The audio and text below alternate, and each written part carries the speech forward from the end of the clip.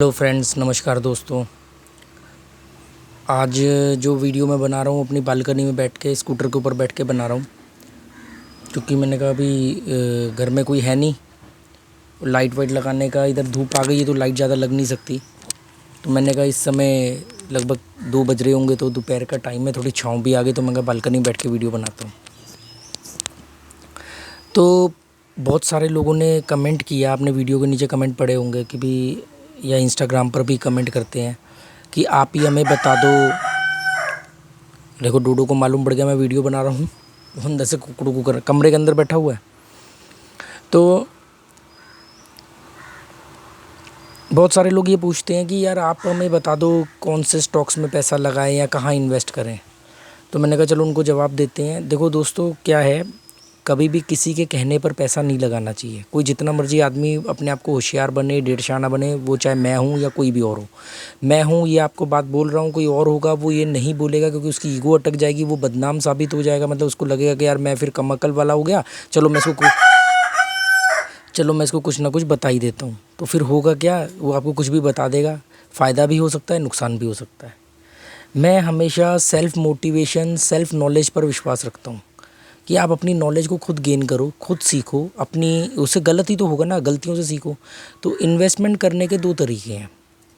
एक, या तो आप किसी एजेंसी को हायर करो, वो जो होती हैं जो इस तरह के काम करते हैं, और उनके थ्रू पैसा निवेश करो। जो बहुत सारे ऐसे होते हैं ना, बिजनेस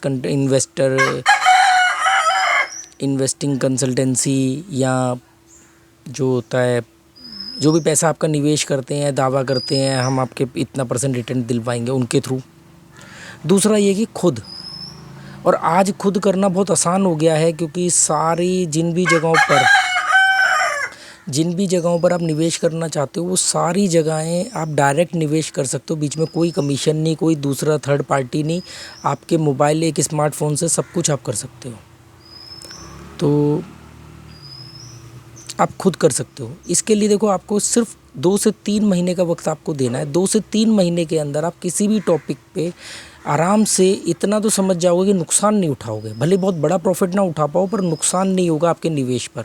इससे होगा ये दोस्तों कि धीरे धीरे आप खुद सीख जाओगे। आपको किसी के ऊपर डिपेंड नहीं, तो कोई भी बेवकूफ़ बना के निकल जाएगा, जी ऐसा हो गया, देखो ऐसा हो गया, इसलिए ये आपका लॉस हो गया, ऐसे करके निकल जाएंगे। तो आपको करना क्या है, जैसे मान लो आपको अपना स्टॉक्स चुनने हैं, तो स्टॉक्स चुनने के लिए आपको क्या करना चाहिए, आप जिस भी फील्ड में आप स्कोप देखते हो, उस फील्ड के कुछ स्टॉक्स को आइडेंटिफाई करो। अभी अगर आप बिल्कुल नए हो या पहले लॉस उठा चुके हो, तो उस फील्ड की टॉप कंपनियों को चुन लो, जिसे ब्लू चिप कंपनियां कहते हैं, उन कंपनियों को चुन लो।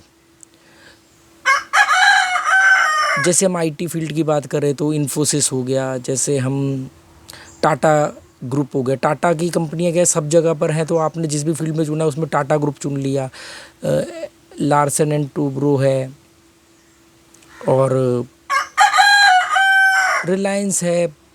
बहुत सारी कंपनियां हर फील्ड में टॉप पे हैं। विप्रो है आईटी की फील्ड में, टीसीएल है। ऐसे बहुत सारी कंपनियां हैं, ब्लू चिप कंपनियां, जो डाउन भी जाएंगी तो एक हद से ज़्यादा डाउन नहीं जाएंगी।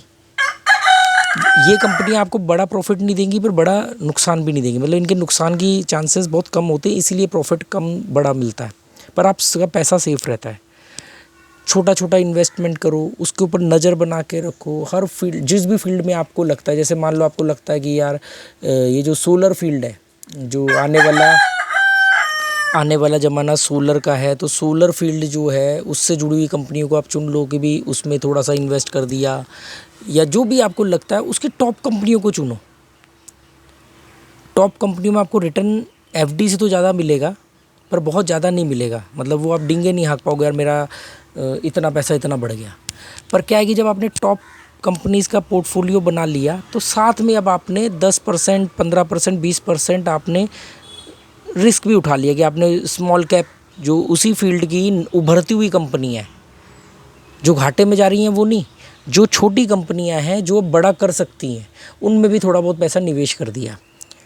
अगर वो नहीं भी बड़ा बन पाई, तो आपको बड़ी कंपनियों का पैसा बचा लेगा। ये एक होता है ना, बकेट तैयार करना, उसमें हर तरह की एवरेज बनाना।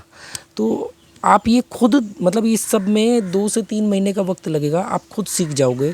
अब आप मेरे को बोल रहे हो, मैंने अपने दिमाग, अपनी समझ से अपना रिसर्च किया है। अब मैं आपको बताऊंगा, आप मेरा कॉपी कर लोगे, मैं डूबूंगा तुम भी डूब जाओगे, है ना। वो कहता है मैं तो डूबूंगा सनम, तुम्हें भी ले डूबूंगा, ये वाली कहानी ना हो। आप लोग अपनी रिसर्च करो, अपने, मैं कहता हूँ कि मेरी गलती से आप क्यों नुकसान उठाओ, और मेरी गलती से अगर आपने नुकसान उठाया तो मैं तो अपनी गलती से सबक सीख लूँगा, आप कैसे सीखोगे। तो अगर आप गलती करोगे, आपका थोड़ा बहुत पैसा नीचे भी जाएगा तो आपको सबक आ जाएगा ना। तो क्योंकि किसी और के हाथ में अपना पैसा देना बंद कर दो, या किसी और के हिसाब से अपने पैसे को निवेश करना। थोड़ा पैसा कैश में रखो, थोड़ा पैसा बैंक में रखो, थोड़ा पैसा एफडी में रखो, थोड़ा पैसा नॉन पेपर एसेट में रखो। फिर जो स्टॉक मार्केट्स में आओगे तो स्टॉक मार्केट में आपको जो भी फील्ड का स्कोप लगता है उसके ऊपर थोड़ा सा रिसर्च कर लो 10-15 दिन। एक दिन में रिसर्च नहीं होती है, एक दिन बैठ के 100 वीडियो देख लोगे उसको भी रिसर्च नहीं बोलते हैं। उसके कई आर्टिकल पढ़ने, न्यूज़ के ऊपर राय मत बनाओ कि ये न्यूज़ आया जी, ये कंपनी को इतने 1000 करोड़ का ऑर्डर मिला जी, आपने जाके ख़रीद लिया। या कोई कंपनी में कोई घोटाला सामने आया, वो धड़ाम से नीचे गिरी और आपको लगा कि अरे ये तो कंपनी नीचे गिर गई, इतनी बड़ी कंपनी है और तो नीचे जाएगी नहीं, तो चलो अब हम इसमें पैसा डाल देते हैं, वो और नीचे चली जाएगी। या वहीं, या मान लो नहीं भी जाती है, वहीं टिकी रहती, आपका पैसा तो डबल हो गया, पर हुआ 10 साल में जाके फ़ायदा क्या होगा। तो ये चीज़ है, डोडो को ना बाहर जाना है, गेट बंद है, गेट बंद है, उसको बाहर जाना है। तो मैं सोच रहा हूँ कि ये वीडियो कंप्लीट करके उसको मैं उठा के उस तरफ कर दूँ, क्योंकि इधर मैं बैठा हूँ नहीं तो ये उड़ के चले जाता है।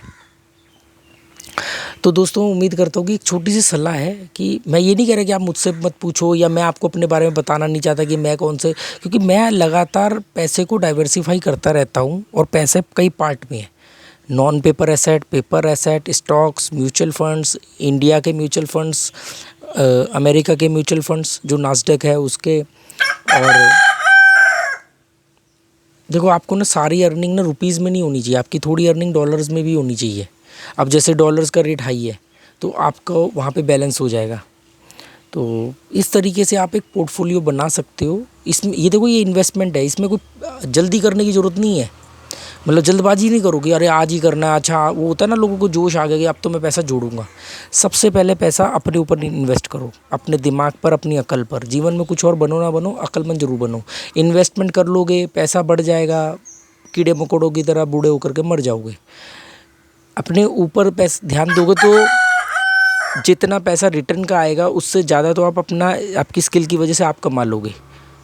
और जब आप कमा लोगे तो आपकी इन्वेस्टमेंट भी बढ़ जाएगी। तो जल्दी इन्वेस्टमेंट शुरू करने की बजाय चाहे 6 महीने लेट शुरू करो, पर वो पहले 6 महीने अपने ऊपर निवेश करो। अपने आप को इतना टैलेंटेड बना लो कि फिर उसके हिसाब से, क्योंकि देखो सीधा सा नियम है, जो जहाँ होता है वो, जिसमें जो काबिलियत होती है उसको उस लायक मिलता है। तो आपकी काबिलियत बढ़ा लो, आपको ज़्यादा मिलने लग जाएगा। ज़्यादा मिलने लग जाएगा तो कम टाइम पे इन्वेस्टमेंट में ज़्यादा इन्वेस्टमेंट कर पाओगे तो ज़्यादा रिटर्न आएगा। अक्लमंद हो गए तो रिटर्न का भी वैल्यू ज़्यादा आएगा। ऐसे स्टॉक्स चुनो, लंगड़े घोड़े पे भी पैसा लगाओ, पर सिर्फ लंगड़े घोड़े पे पैसा मत लगाओ, बिल्कुल ही सेफ मत खेलो। तो ये एक बैलेंस करके चलना पड़ेगा, और ये धीरे धीरे 2-4 महीने के अंदर आप आराम से सीख जाओगे।